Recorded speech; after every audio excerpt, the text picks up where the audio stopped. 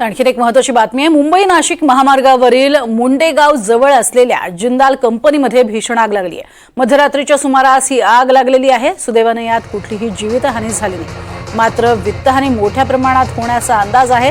आगीचं कारण अद्याप स्पष्ट झालेलं नाहीये। अग्निशमन दलाकडनं आग विझवण्याचं काम युद्ध पातळीवरती सुरू आहे।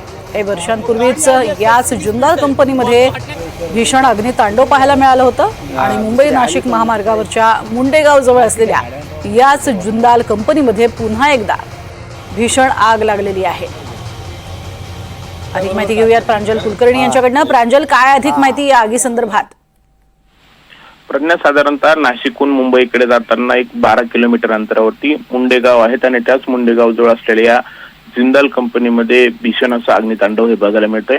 मध्यरात्रीच्या सुमारास इथे आग ही भडकली होती, धूर हा निघू लागला आणि हे बघताच इथे जे काही कर्मचारी होते त्यांची एकच पळापळ झाली, धावपळ झाली आणि त्यानंतर ही आग जी आहे ती मोठ्या प्रमाणावरती भडकलेली आहे। इथे आपण जर बघितलं इथे केमिकल असेल किंवा इतर देखील अनेक वस्तू साहित्य जे आहेत ते इथे आहेत आणि त्यामुळे या आगीचा भडका जो आहे तो मोठ्या प्रमाणावरती झाला आहे। सुदैवाने यात कोणतीही जीवितहानी झाली नाहीत, मात्र वित्तहानी मोठ्या प्रमाणावर होण्याचा अंदाज जो आहे तो व्यक्त केला जातोय।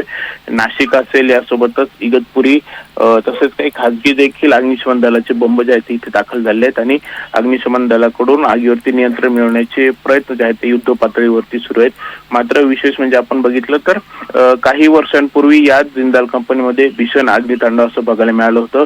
काही जणांचा इथे मृत्यू देखील झाला होता। जवळपास ही आग जी आहे ती 2 दिवस भडकत होती आणि तिथेच पुन्हा एकदा आगीची घटना जी आहे ती समोर आलेली आहे। आता या आगीवर नियंत्रण कसं मिळवलं जातं, यामध्ये काही अजून दुर्घटना होती का हे अजून समोर आले नाहीत। विशेष म्हणजे शॉर्ट सर्किटचं प्राथमिक कारण हे दिलं जात आहे, मात्र आगीचं खरं कारण ही अजून समोर आलेलं नाहीये। नक्कीच कंपनीमध्ये नेमकं कशाच संदर्भातलं काम होतंय आणि आग ही वाढत चालली आहे का, याबद्दल काही माहिती मिळू शकली आहे? प्रज्ञा, जिंदाल कंपनीमध्ये पॉलिथिलीन किंवा इतर जे काही प्रोडक्ट जे आहे ते इथे घेतलं जातंय।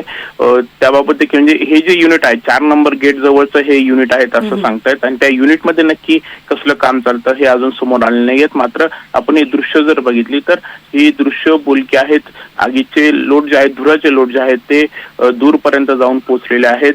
जवळपास आजूबाजूच्या संपूर्ण परिसराला देखील याचा मोठा आगीचा हादरा देखील बसलेला होता।